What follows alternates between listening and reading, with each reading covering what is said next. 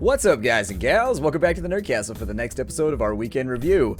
My name is Splattercat, happy to have you here today as we hang out for a little while and talk about all the comings and goings that are happening with the channel, and indeed, there is a lot of stuff happening here at the channel. Things are going to be moving around, changing, jumping around, and generally just being a tiny bit different as we get into the summer season. And so anyways, if you didn't know, this series was actually funded by the Patreon backers, and so people donated money monthly to the channel to reach a certain goal, and this video series got made. The next one up, we're about $100 from it. It's a show where you and I will sit down with other YouTubers and just shoot the shit for about an hour at a time, and we'll probably do that, I don't know, with about the same, probably about once a month, I think, because it's actually kind of difficult to get people's schedules put together. But it should be really, really cool, and it should be an opportunity. I'm going to try and focus on smaller YouTubers, like guys that are like 5K, 15K subscribers in there who maybe need a little bit of a boost and just want to talk about what their struggle and stuff like that is like up on YouTube. But it should be a really fun series. Obviously, it's not going to be completely limited to smaller channels. I'm going to try and get a couple bigger channels in there too. I have a few hookups along that line, as you all know. As if you've seen Roll For It, I know a couple of big channels, but still, it should be a lot of fun. But welcome on in. This series is not really going to be like a like funny series where we sit around and joke around, although I'll try to be as entertaining as possible while we're in here. Instead, this is kind of a business-like video where you and I will talk about just everything that's going on the channel, and I try to give you a little bit of background information on what I'm thinking about series as well, so you know what's coming, what I like about a game, what I don't like, a little bit of behind-the-scenes information, I suppose. It should be pretty fun, though, so let's get started. At the beginning of these episodes, I always just pick a series. That's basically the flow of the whole thing. As I walk through each series that we're doing, I'll talk about it for a little while. I'll talk about the things that I do like, I'll talk about the things that I don't like, my frustrations with the series, the things that I really do enjoy, and then somewhere around the end we'll probably talk about what's happening with scheduling and the stuff that's going to happen as summer comes along, because I think things are definitely changing here at the channel, and there's going to be a few things that are just going to be moved around quite a bit. So anyways, first things first, if you didn't catch the weekly indie newcomer series this week, it was on Caves of Qud. Not really a newcomer, but at the same time, the game is in constant development. I hadn't done a video series on it yet, aside from just like one stream, and so I figured I'd get it in there.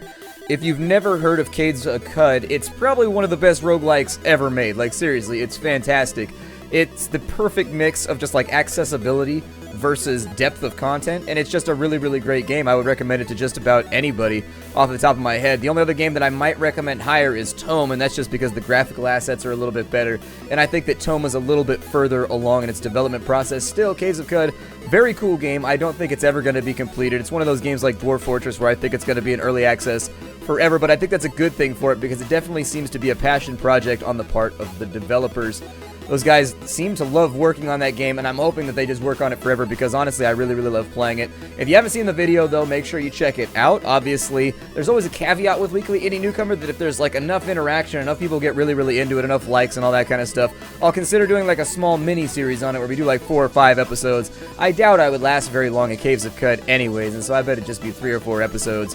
And since it's a game that I really, really like, honestly, it's not going to be too difficult to convince me to play it a little bit more. But still, make sure you check it out. I think notifications have been wonky on YouTube lately. They've been doing a bunch of stuff on the back end where they've been doing subscriber purges, they've been doing all kinds of random stuff, and I think one of the side effects of that is that a lot of their internal systems are not functioning properly at the moment. There's a little button next to the video, though, that you can click that says notify me, or it's next to the channel that says notify me of all uploads.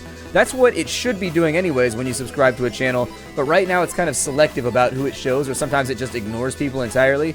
It's basically the same as unsubbing you from them, and so if you click that button, it'll fix that problem for you altogether. But yeah, Caves of Qud, lots of fun stuff in there. I got to spend some time for about 30 minutes to an hour this week playing a character with horns and a whole bunch of like fire powers and all kinds of other cool stuff. It takes place in a world that's kind of like the world from Bedlam, where everybody's mutated and has weird powers, and it's post-apocalyptic, so it's way far in the future. You're recovering all kinds of artifacts from like our time, and so like you'll find like a folding chair, for example, and you can sell that to vendors for tons of money because they think it's some kind of mythical artifact with secret powers that nobody knows how to unlock. Very, very cool stuff. It's got a world that's incredibly in-depth. Like, the sheer amount of lore that's inside that game is utterly absurd. Like, seriously, you can inspect, you can talk to people, and the thing that I like about it is that it's all emergent. Like, all of the lore, it's not forced on you, it's just stuff you pick up along the way, so you very much feel like you're some wanderer that's not from that area who really doesn't understand what he's a part of. Very much the same way of, like, Hyper Light Drifter, where you're in a world that you don't understand, they're just feeding you tidbits of information along the way. But I highly recommend Caves of Qud. I can't speak highly enough of it, and so I hope a lot more people decide to check it on out because it is a very, very fun and cool game. Not much of a looker, though. Not much of a looker. I'm hoping the tile set gets updated at some point. I know they're planning on putting music and sound into the game, but right now you just put Pandora in the background with like some ambiance dungeon running D&D mix and you'll probably be fine. That's what I tend to do, just to get a little bit more immersion. Stardew Valley. Stardew Valley's a mess, and I got to apologize to you guys. I don't know why the order keeps getting messed up on those. It's just, I've apologized over and over for it, and at a certain point you kind of feel like apologies don't matter anymore because you just keep screwing up, and so I feel bad about it. I love the game, and I want to keep it going as long as possible, but the truth of the matter is the channel is very slow right now, and so I've got to make some changes. This is one of those things where, like, this is my living, and so unfortunately with regards to organization, sometimes I have to make choices that don't necessarily fit what I want to do with the channel in order to keep things afloat so that I don't have to do other things that are a bit less savory. And so honestly, if it comes down to it, the channel is very slow right now. I still want to play Stardew Valley, and I'd like to carry it kind of the same way I did with Dead State as long as possible, but we'll have to keep an eye on it. Viewership seems to be okay on it, and I still enjoy the game. We haven't made it through our first year yet. I'd like to, at the bare minimum, complete the first year. I'd like to, at the bare minimum, get married, but if it doesn't happen, it doesn't happen. But for right now, we're keeping Stardew Valley. Everything's cool. There is enough stuff in the game. We finished the dungeon. I finished the dungeon, and now I'm trying to figure out how to get into the sewer, but I can't find enough collectibles. I'm thinking I'm going to have to go and farm down in the dungeon a little bit more in order to get more geodes and stuff like that in order to make it happen. There's a little bit of a grind that I think I'm going to have to make happen. And at the same time, I've got to go back down there to get more copper and stuff like that anyways, because we are retrofitting the farm. We're officially into winter with where I'm recorded out to. There's nothing really to do in winter aside from adventure and just kind of hang out because stuff doesn't grow. And so anyways, what I'm trying to do is I'm trying to get the farm set up so that I have 2 or 3 large fields that are fully automated with the sprinklers and everything else. So that's all ready to go the second that we start the next season, so that we can go in with a big planting season. We can start planting a ton of trees for fall. I think our bankroll is looking pretty good for right now, and I'm probably just going to hit things really, really hard with cash farming in mind. I'll probably go after like a full field of cranberries, blueberries, whatever's in season that produces multiple crops. And from there, I'm thinking we should be able to make a lot of money. I'd like to get the horse up and running pretty soon too, but no ETA on that one. Obviously, that's a little bit of a material sink. There's still a lot of stuff to explore left in the game though, and so I feel like it's really shitty to kind of bail on it now. Unfortunately, it is what it is, but we're keeping it for the moment. We're keeping it for the moment while moving on to other things. Jalopy. Jalopy's kind of one of those weird games. Somebody posted a comment on like one of the first videos where they said like, I don't know why, but I like this game. And I said, you know, it's really, really weird how many people describe Jalopy that way. Like, it's not a good game, and yet for some reason you just like want to keep playing it. It's so buggy, and it's so messy, and it's got so many issues, and yet it's so much fun. And so I guess by that criteria, it is a good game, just because you have fun playing it, and it's such a unique concept for a game. But it's just like the oddest thing because like I wouldn't recommend it to anybody just because it's so buggy, but I have so much fun playing it that I think Jalopy's going to be around for a little while. I'll probably do like 5-10 episodes. I'm going to try and keep things short for right now. Whenever the channel is very, very slow and things are kind of just like plodding along, I tend to like to rotate series very, very quickly, like 10 to 15 episodes, on to the next thing. Basically games that are short and easy to beat, like Hyper Light Drifter, things like March of the Living, things like Jalopy, things that are very short in duration, very short in play, but we can still get a satisfying playthrough, like stories, like 1 to 15 episodes. I'm going to be rotating a lot of that, and I think Jalopy is going to be one of those series. I'll probably put in 7 more episodes. I'll probably have a full recording day as we go into the next week, but Jalopy has a lot of things. It needs to be fixed. There's lots of bugs. There's lots of things going wrong, but I could really see that game becoming really fantastic as time goes along, because legitimately it is a really, really fun game. It just released on Steam, so if you wanted to get it for yourself, you haven't heard about it yet, or if you haven't seen the series, Jalopy is a game where you and your granddad, it seems like you're Russian and you're going towards the border or something. Maybe you're East German and you're going towards the border. Or I think you're East German and you're going on a drive through like the Eastern Bloc, basically, in like a Leica car. It's kind of a really beat-ass Russian car. And the goal is to keep your car running for as long as possible by swapping out parts. You can find contraband on the side of the road. You can search locations that are all over the place for more treasure so that you can make more money to keep your car up and running for as long as possible. But after you lose, the game just resets and you start the drive over. I don't even think you can complete the game right now. I think you can get to like Belgium or something like that before you have to stop. I'm not entirely... I don't know if you stop in... I don't know. You head out east, and I don't know how far out you can actually get because I haven't gotten there yet in the playthrough. But anyways, it's a cool little game. For all of its bugs and its weird flaws, it is a really, really fun game, and I can't wait to see where it goes. It's one of those ones that I'm going to keep an eye on as time goes along because I think it could be a pretty swell adventure. As far as March of the Living goes, we should be finishing that up tomorrow, and so I think the final episode goes up then, so be very, very vocal about the fact if you wanted to do a second run. But largely, I'll do a second run if people really, really, really want to see it, but I think we've come to the end there. I don't know. I'd be fine with leaving it where it lies right now. There's a lot of games coming out. I wanted to get into... We're going to be doing Battlefleet Gothic, I think, this week. I'll probably start up a series on the campaign mode. The only reason I haven't done it yet is because, unfortunately, there just hasn't been time. Like, I've got a full schedule right now, and my entire channel is just full of random games. And so, when I don't have time on the schedule, I end up skipping days, and things get all weird. And so, in the next couple days, we should have 3 series just completing and being done, and that should leave us with a ton of empty space to fill in. This week might be a little slow. I might just do like 1 or 2 episodes a day for a couple days while I play catch-up, because over the weekend I ran out of videos and stuff like that.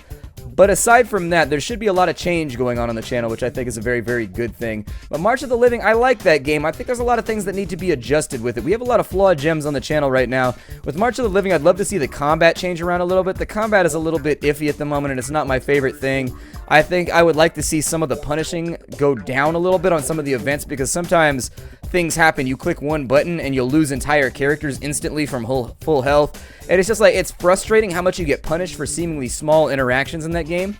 And it seems to be very much at random. And so I think if they remove some of those frustrating aspects where it's not your fault, but you lose like half your party and half your loot and stuff like that, I think the game would do a lot better to be a lot more fun. But what do I know about anything? The game is doing very well on Steam right now. I think it's selling well. It's got a lot of positive reviews, and it is an interesting game. I just think that there's a lot of rough edges that need to be smoothed off, not in terms of bugs or things not working, but in terms of gameplay choices. There's a couple things in there where it's very, very heavy-handed in the way it punishes you for things that are not your fault. And that, in combination with the fact that the combat system can be buggy and weird, makes the game frustrating at times, where you'll have like a perfect run up to a point, and then all of a sudden you'll have a bad event that kills a character, not your fault, you just clicked a prompt, and then you'll have another combat where a zombie grabs you from outside of its grab range or something like that, you lose another character, and it's just like, you have like these weird zombies with dulcim arms every now and again. Not literally, like they're not programmed to be that way, but due to bugs, they grab you from a long ways away when they shouldn't, and you get yourself into trouble. But I do like the game. All in all, I think it's a pretty cool title. A nice little indie game that you can play for an hour or 2 hours, feel satisfied, and move on to something else. But be very vocal. The last episode's going to go up tomorrow, and you're going to want to shout it out, because I think at the end I asked, you know, do you guys want to see another series of this? I can definitely give it some thought, and I can give it a go if you want. Or we can move on to something else, because there's lots and lots of things coming out right now. It's a busy indie season, so things are on the up and up. Man of War Corsair. Man of War Corsair, I think I'm probably just going to finish it off. I'll probably do like 3 or 4 more episodes and then just let it lie. I'd like to unlock more ships. Maybe I'll do that, and then I'll just show you what the ships look like in a short look video. But the game doesn't have enough content right now to keep me playing for like hours and hours and hours. We are farming. It's a fun universe, and I can't wait to see where the game goes, but it needs more content right now. Everything else feels good about it. It does have some performance issues. It does have some weird combat issues. I'd like to see the melee combat for boarding expanded a little bit, add some melee to it, because the shooting mechanic is weird. Like when something runs up on you, you can't like stab it or fight it or anything like that. You just like point blank it in the face over and over and over again. And I would love to see some melee fighting in there, a la Mountain Blade. And I think the game has a ton of potential. I think the bones are very, very nice on Man of War Corsair, but it needs more content right now. And so I think about 11 to 12 episodes is all I'm going to be able to maintain on that one before we move on to something else. Still, anytime a naval game comes out, I really try to highlight it, because they're super cool. I love games like Age of Pirates and Age of Pirates 2, and they don't come out very often because they tend to have these big sprawling sandbox worlds where there's lots of stuff going on, there's lots of interactions, and unfortunately that takes large development teams in order to get done, and large development teams aren't interested in that genre because it's not a big seller. People are not super interested in, you know, 1600, 1500s naval combat, 17, 16, and 1500s naval combat. People just aren't into that kind of stuff. And so anyways, I'm hoping that we might be able to do a series. I'm trying to pick up a game right now. I can't recall what it's called. It's called like Naval something rather, and I'm looking into it. I may do a short series on that. It's in early access. I like naval games, but I want to learn it first. I want to make sure that I have like 50, 60 hours played, 100 hours played with the sandbox, so that I know how all the mechanics work before I go into it. It's a game that looks very, very awesome. It's kind of like Mountain Blade in that, like, if I cover a game like that I profess to like, or I think I'm going to like, I want to put a bunch of hours in first so that people can use it as a tutorial to learn how to play the game or whatever else. So anyways, very, very cool stuff there. Man-O-War Corsair probably going away this week. I'll try to replace it with something else. We've got time to check out like maybe Subnautica. Maybe, I know that Long Dark just did a big upgrade. There's lots of other stuff I'd like to play too, like Caves of Qud.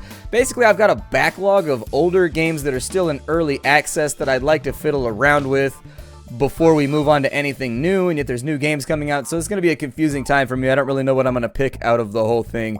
It's kind of a grab bag of stuff. I have taken a couple sponsorships. We're going to be doing Master of Orion pretty soon, and that's going to be a sponsored series. The developers contacted me and wanted to know if I could do a video series on the part of their company, and so I said, yeah, I'll go ahead and check it out. I wanted to get like 15-20 hours played in, though, before I do it, so that probably won't go up until like next weekend or something like that at the earliest, but that's on the way. I've also got a couple other sponsored series that are allowing me to pick up the slack a little bit since YouTube is kind of slow.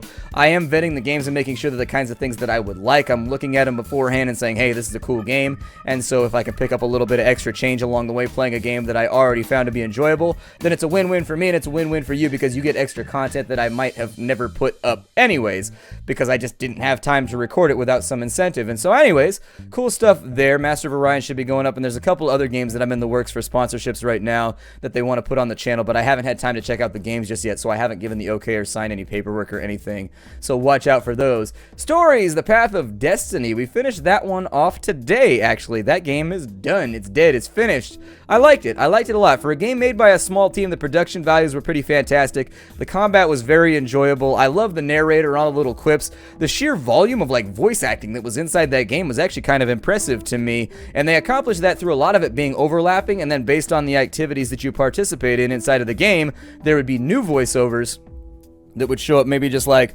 once or twice per playthrough, but still, very, very cool indie game. And if you haven't checked it out, if you like narrative-based hack-and-slash games, you can't go wrong with Stories. It was a very fantastic game. I liked it a lot. There were little dots and tittles in the game that I didn't like so much, but on the whole, I'd probably give the game like an 8 out of 10 if I was reviewing it. Everything from, I think the graphics were a tiny bit rough at some points, like when you looked at the models up close, but you don't look at them up close very often, but the storybook, the narrative, everything else with the production values was remarkably high for a small indie game, and everything felt very tight with it, which I think is important when you've got a game that's using a combat system that's similar to something like, oh, I don't know, Batman Arkham Asylum or anything. It uses the same combat system with the attack and parry, and so you want that to feel tight, you want it to feel good, and it is.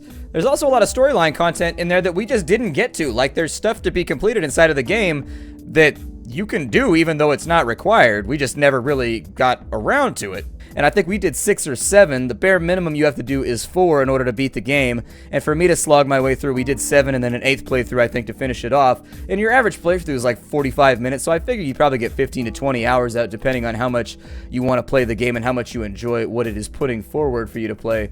But still, very fun game. If you didn't see the playthrough, I highly recommend that you check it on out because it's one of those indie games that I think snuck under a lot of people's radars, and it deserves a lot more attention than it's currently getting. Shadowrun Roll For It, my favorite thing that we're working on right now. Shadowrun Roll For It is a blast. I love it. I'm having so much fun with that with Avik and Steejo and Enter Elysium and Shinra. It's been a ton of fun. I've made some new friends. We've been having a blast playing the game, and honestly, viewer counts are through the roof. We are the biggest Shadowrun stream on Twitch right now. There's only 3 or 4 streams that are doing it, and we are the largest one, even over the one that's done by the company that owns Shadowrun. We're doing very, very well, and frankly, it's been a blast. If you haven't checked it out yet, it's at twitch.tv/rollforit, ROLL4, the number 4, it. All one word. Very, very fun stuff. We got we got partnered with Twitch this week. We've got all the Patreon backer stuff set up so that you can get cool stuff. So we've got kind of this thing going right now with the Patreon where the donation tiers allow people to vote on factions that are fighting inside the city of London to make them stronger. I mean, we've got a lot of cool ideas right now for viewer interaction to get you guys into the pilot seat and make it a living world that's controlled by the viewers that we're now trying to survive in. I love tabletop, I love board gaming, and frankly, I look forward to my Wednesdays. We are talking about possibly expanding days on that and doing it a little bit more than we're currently doing it, but that's all in the works. Don't take it to the bank just yet. Everybody has very busy schedules and stuff like that at the moment. And so anyways, nothing's finalized yet, but I think everybody's having a lot of fun with it. It's kind of a change of pace for all of us that I think we need, especially for me, because I'm feeling kind of humdrum about my work at the moment, and so it's nice to have something that's outside my comfort zone and forces me to do something new. And so if you don't know, Shadowrun is a tabletop game that you play with dice and paper and all that kind of stuff. I'm a dwarf. I'm the driver for the group. Shadowrun is kind of like Tolkien-esque fantasy world in the future. So there's the internet called the Matrix, there's machine guns, there's lasers, there's robots, but it's got elves and orcs and trolls and stuff like that. Very, very cool, very underutilized intellectual property in my opinion. I think it's far superior to D&D, and yet nobody really pays it much mind because it's a lot more complicated than playing D&D. It takes some effort. It's kind of like learning to play VTM, where you've got to learn a lot of systems and a lot of things interact with each other, and I think people don't like that about it. They don't want that complication. Shadowrun is much less about the adventure and much more about planning and creating like these weird special operations procedures where you're like breaking into facilities and you're trying to kind of be like SEAL Team 6 and get in and out as quietly as possible without things going wrong, but things almost always go wrong, which is where the fun starts to kick in. So if you haven't seen the stream, it's at Wednesdays at 1 o'clock Pacific Daylight Time. You should definitely try to stop on by. We go for about 4 hours, and so far it's just been a fantastic experience. So thank you for everybody that's been participating, and also everybody that hasn't been, you should come join us. It's a lot of fun, seriously. It's really, really fun.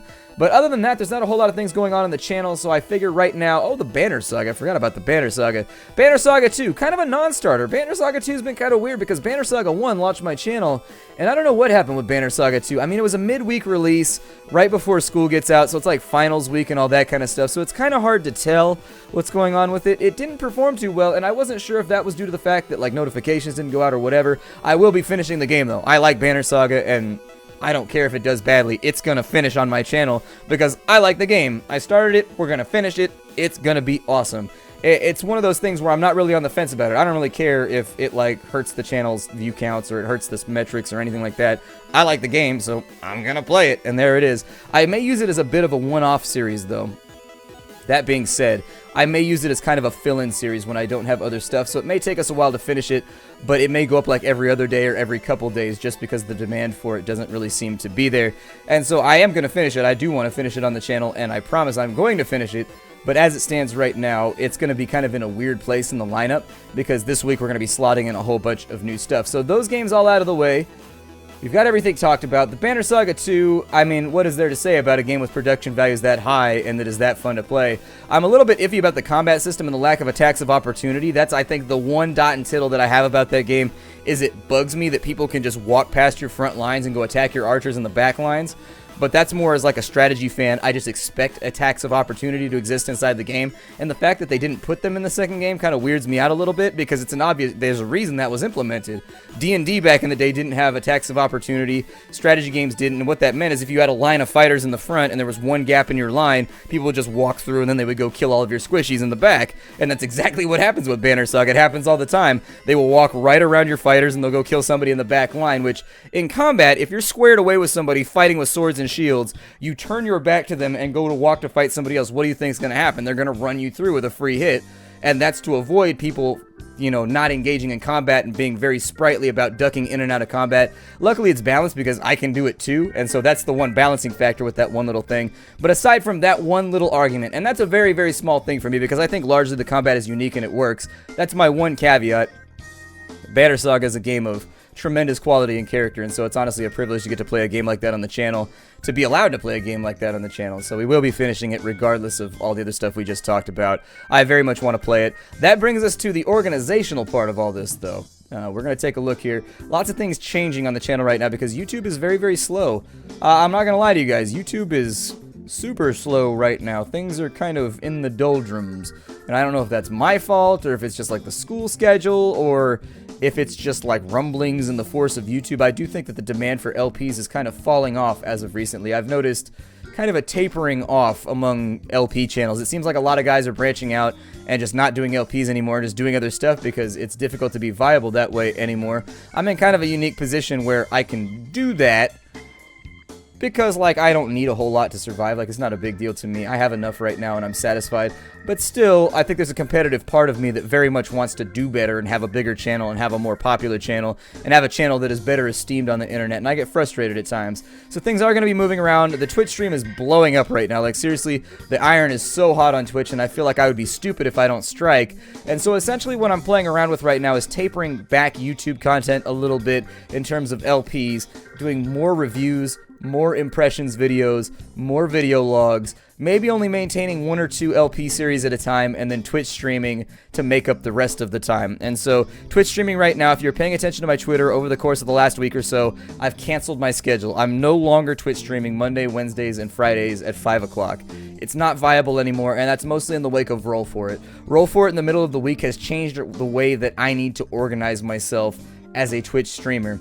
And so what's going to happen now is my Twitch stream is more or less going to be announced at the beginning of the day, but it's going to be amorphous. I'm not going to have a schedule for a little bit, because what I ran into, and I posted about this online, it's on my Twitter, you can go hunt it down. I posted a little essay on this. It was only like 5 or 6 paragraphs, if you can even call that an essay, where I wasn't enjoying Twitch streaming anymore. I was not having fun because it was a scheduled thing that was like a job, and so it was like a job that I was coming to do every single day that I had to do, and that made it not fun for me.